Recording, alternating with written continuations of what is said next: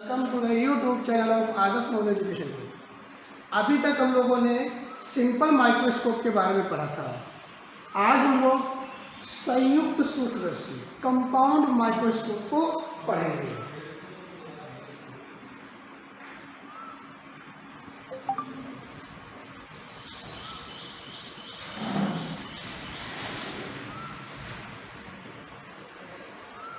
Compound microscope क्या होता है?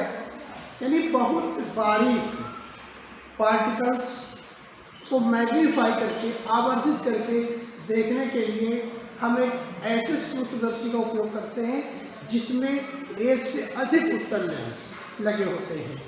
मान लीजिए कि आपके पास एक जो माइक्रोस्कोप है, कंपाउंड माइक्रोस्कोप, उसमें 2 उत्तल लेंस लगे हुए हैं। 2 उत्तल लेंसों की सहायता से हम किसी भी बारीक कण को भी अधिक आवर्धित करके देख सकते हैं। इसमें होता क्या है? आपको कम फोकस दूरी का लेंस लगाएंगे, उसकी पावर ज़्यादा होगी। समझ में आ रही बात? फोकस दूरी उसकी पावर के इनवर्सली प्रोपोर्शनल होता है। तो कम फोकस दूरी का लेंस लगा देंगे वस्तु की तरफ, तो वो ज़्यादा उसकी पावर होगी, मैग्नीफाइंग पावर होगी। तो इसमें देखो, इसमें पहले हम डायग्राम समझेंगे। मान लीजिए कि आपके पास ये कोई वस्तु AB है जो कि बहुत छोटी है।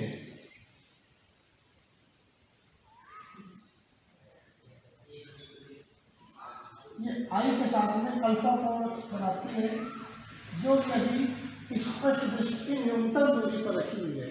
जैसा कि मैंने पहले बताया कि कोई भी कण वस्तु कम से कम 25 सेंटीमीटर की दूरी पर तो रखनी ही पड़ेगी, उसके पास नहीं रख सकते। तो ये पहले यहाँ रखी थी। अब मैंने क्या किया, इसका देखिए डायग्राम कैसे बनता है। पहले डायग्राम पर पूरा फोकस करेंगे, इसके बाद मैग्नीफिकेशन दिखाएंगे।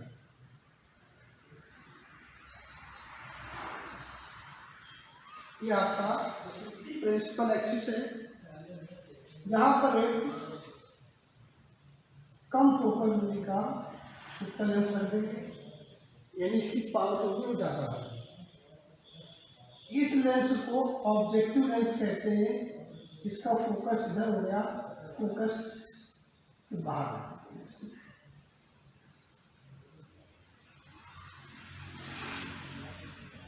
वस्तु AB हो गई, इसका फोकस अंदर हो गया FO। FO से लिख दिया जाए तो ये ऑब्जेक्टिव लेंस का फोकस पॉइंट है। एक किरण की चेंज पैरेलल, दूसरी जाएगी इसकी ऑप्टिकल सेंटर से। क्लियर है? और ये इसके फोकस से होते हुए कहीं ना कहीं पर ये मिल जाएगी। ये इसका फोकस है। पॉइंट जो ध्यान से सुनेंगे और हम देखते हैं कि इसका जो रियल इमेज है A डैश B डैश यहाँ पर बन जाता है। समझिएगा ध्यान से। इसके बाद एक और अधिक फोकस दूरी का उत्तल लेंस इसके पास में रख देंगे।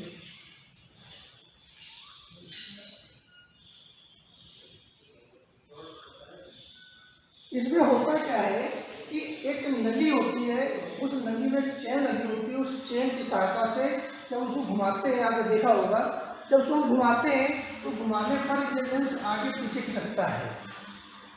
जैसे ये लेंस आगे पीछे खिसकेगा तो इसके बीच की दूरी जो है ना वो फ्लक्चुएट होती है, उसको हम चेंज कर सकते हैं। ये आई लेंस है, इसका मैंने लेंस का नाम E डाल दिया। ये लेंस अंदर में एंट्री हो गया। इस लेंस को इतना खिसका देंगे कि इसका फोकस इसके बाहर आ जाए। आई लेंस का फोकस पॉइंट यहाँ पर आ जाएगा। अब यहाँ से एक किरण को हम पैरेलल डालेंगे, दूसरी जो किरण है वो आपके इस लेंस के ऑप्टिकल सेंटर से पास हो जाएगा। फोकस यहाँ पर, इसका फोकस अंदर यहाँ पर हो जाएगा और दूसरी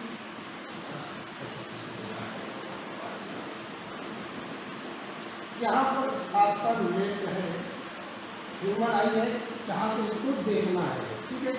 जब हम देखेंगे तो इसकी जो ये रेज है उनको पीछे डैश डैश करके खींचेंगे, क्योंकि हमको पता है कि फोकस के अंदर अगर वस्तु है तो उसका प्रतिबिंब वस्तु की ओर आभासी बनता है। इस दूसरे लेंस के लिए ये जो ए डैश बी डैश है ये वस्तु का कार्य करता है। इसलिए तो मैंने इसको भी पीछे बढ़ाया और मैं देखता हूँ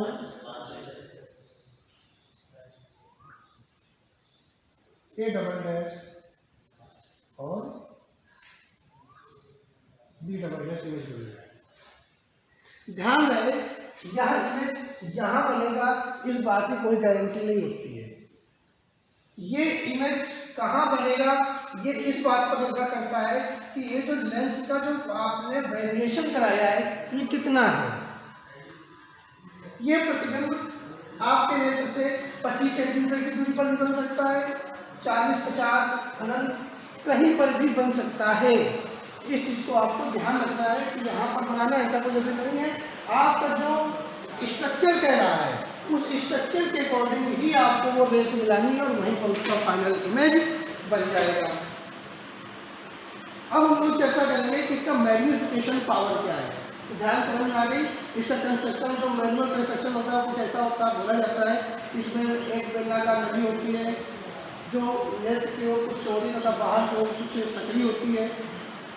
इसमें वस्तु की ओर जो लेंस होता है उसे ऑब्जेक्टिव लेंस या आपका अभिलक्षक लेंस कहा जाता है, जिसकी फोकस दूरी कम क्षमता ज़्यादा होती है तथा नेत्र की ओर जहाँ अधिक डायमीटर की नली है वहाँ पर बड़ी फोकस दूरी का एक अन्य उत्तर लेंस लगा होता है जिसे आई पीस या अभिलक्षक लेंस कहा जाता है।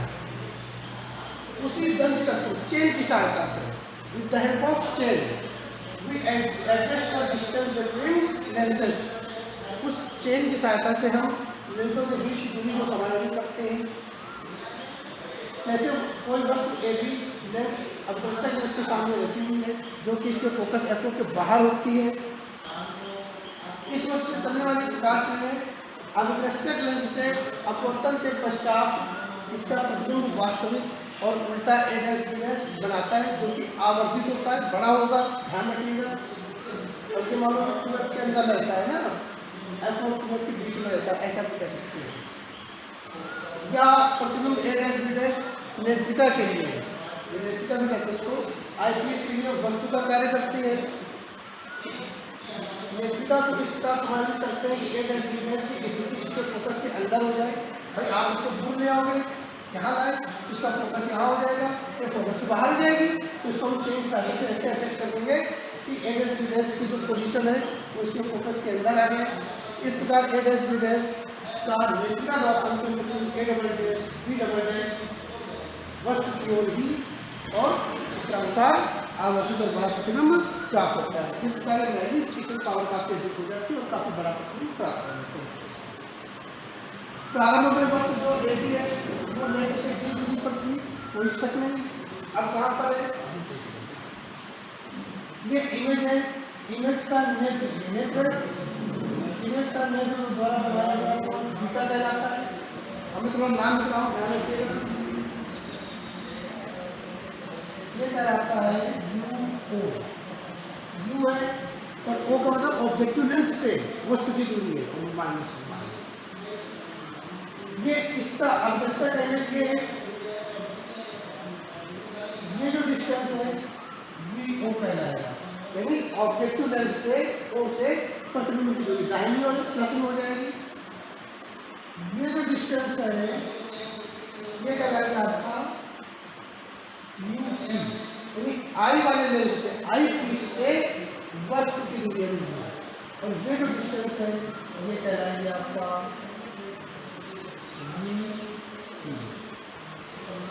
Left side minus. इस प्रकार हम देखते हैं कि नेत्रिका से प्रतिबिंब की दूरी। तो ये इसका जो डिस्टेंसेस लिखने का जो तरीका है उसके बारे में मैंने अभी आपको बताया। अब इसका मैग्निफिकेशन पावर हम लोग निकालेंगे। देखिए क्या हो जाएगा, संयुक्त सूत्रदर्शी की आवर्धन क्षमता है।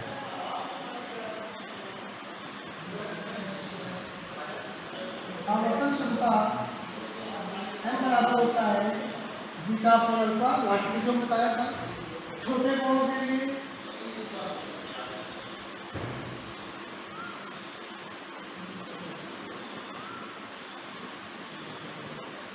जो बीटा है वो लगभग tan बीटा के बराबर हो जाएगा, वो अल्फा लगभग tan अल्फा के बराबर हो जाएगा, यानी कि जो f की वैल्यू हो जाएगी वो आप लिख सकते हो tan beta upon tan alpha. तो tan बीटा और tan अल्फा की वैल्यूज निकालना है, वेरी सिंपल। तो समकोण त्रिभुज देखिए, बीटा निकालने के लिए चाहे तो ये ट्रायंगल ले लीजिए और चाहे ये ट्रायंगल ले लीजिए।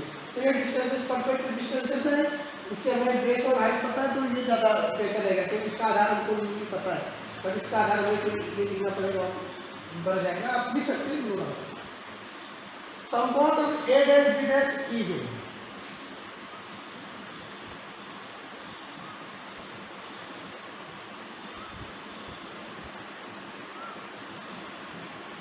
A dash B dash E में tan का बराबर लंब बटे आधार A dash B dash upon E B dash, ठीक है। A dash B dash upon E B dash आधार तो यही है इसका, ओके।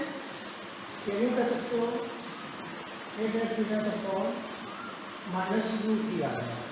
tan अल्फा के लिए समकोण ए बी ई में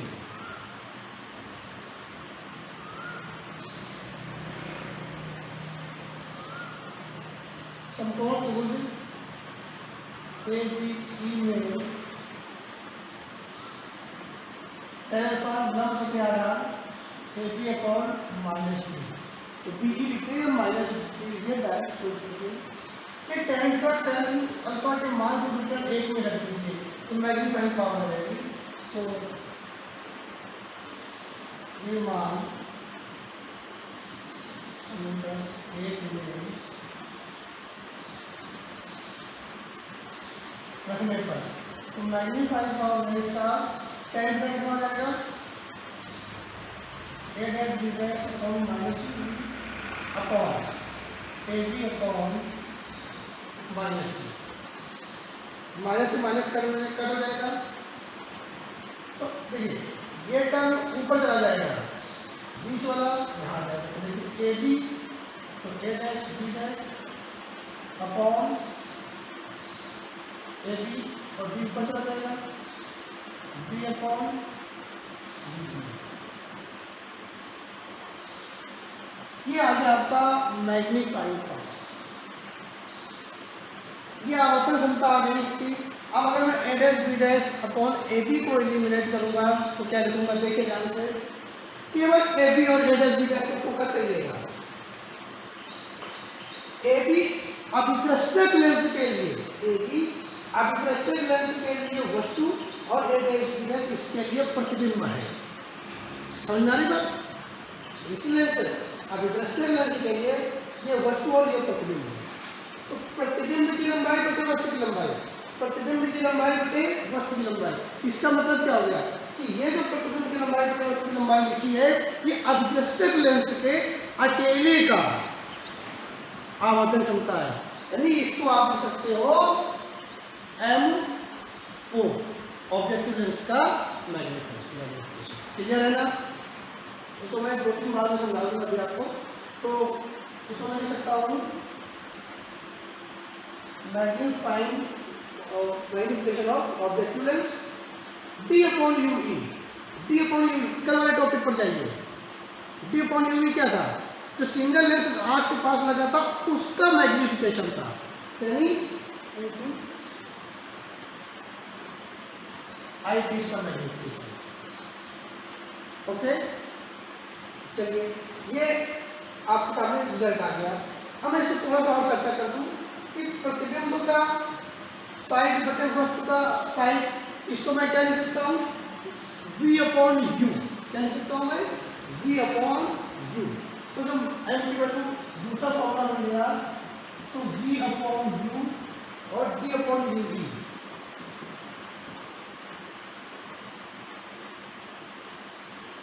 प्रतिबिंब की लंबाई बटे वस्तु की लंबाई, ऑब्जेक्टिव लेंस से। तो प्रतिबिंब की दूरी v बटे वस्तु की दूरी v और ये माइनस। ये इसका जो न्यूमेरिकल में होने के लिए एक्चुअल फॉर्मूला आता है वो ये आता है m is equal to minus D U upon U V into D O upon U O minus का multiplied with D upon U V. ये इसका बेसिक फॉर्मूला है। ये बात समझ में आ गई। इसमें आपको कोई पॉइंट क्लियर नहीं हो रहा है तो आप इनको लिख सकते हैं।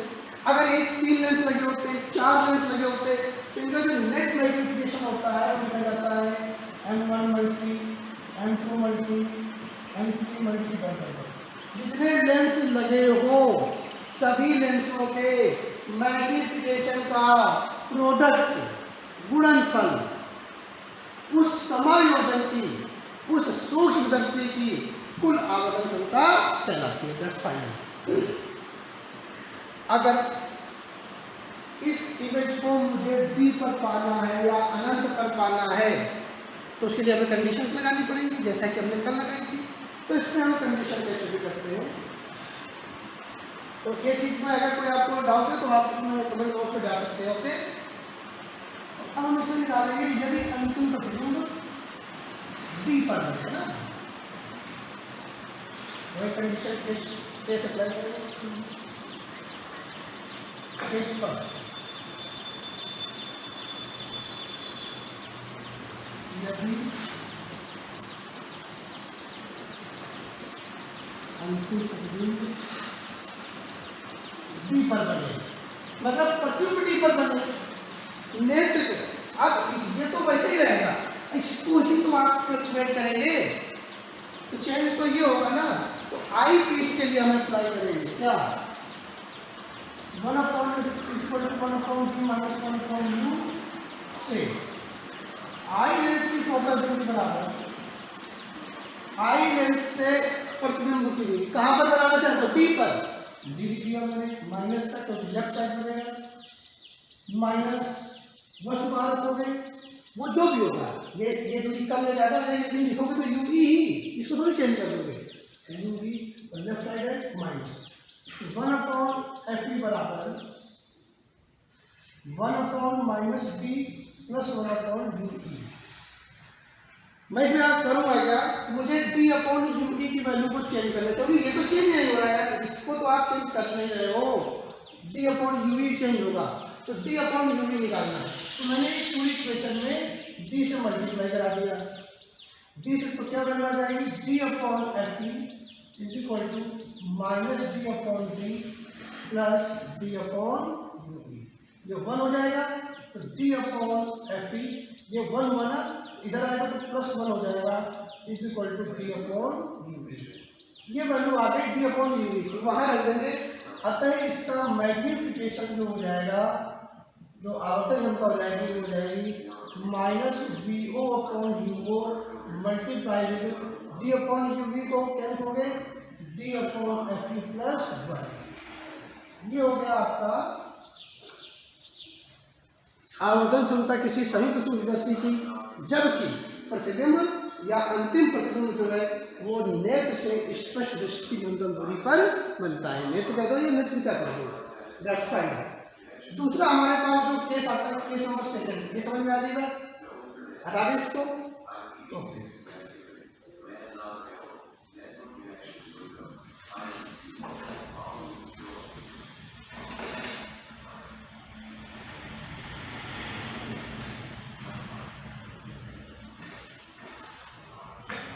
यदि अंतिम प्रतिबिंब अनंत पर बने, बात फिर वही आ गई कि इस लेंस के और इस वस्तु और इस इमेज इस पर तो कोई फर्क नहीं पड़ेगा।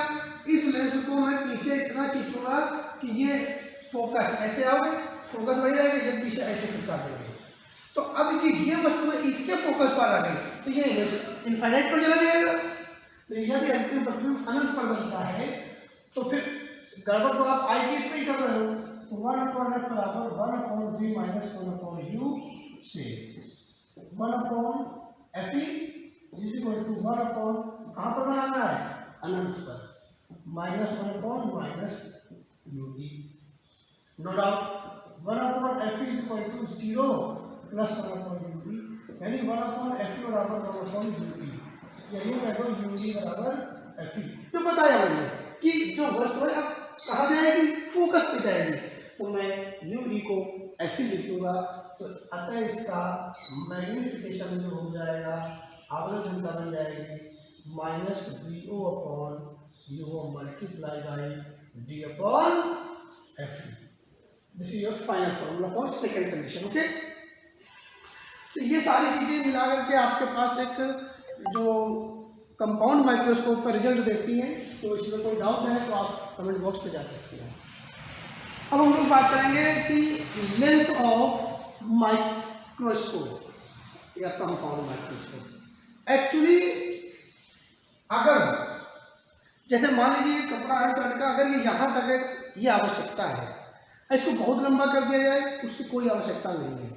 इसका मतलब मैं आपको ये बताना चाहता हूँ कि ये लेंस है, यहाँ तक अगर नली है तब तो ठीक है, इससे लंबी नली है उसकी आवश्यकता नहीं है। इससे कम होगी तो लेंस को आप उसमें सेट नहीं कर पाएंगे।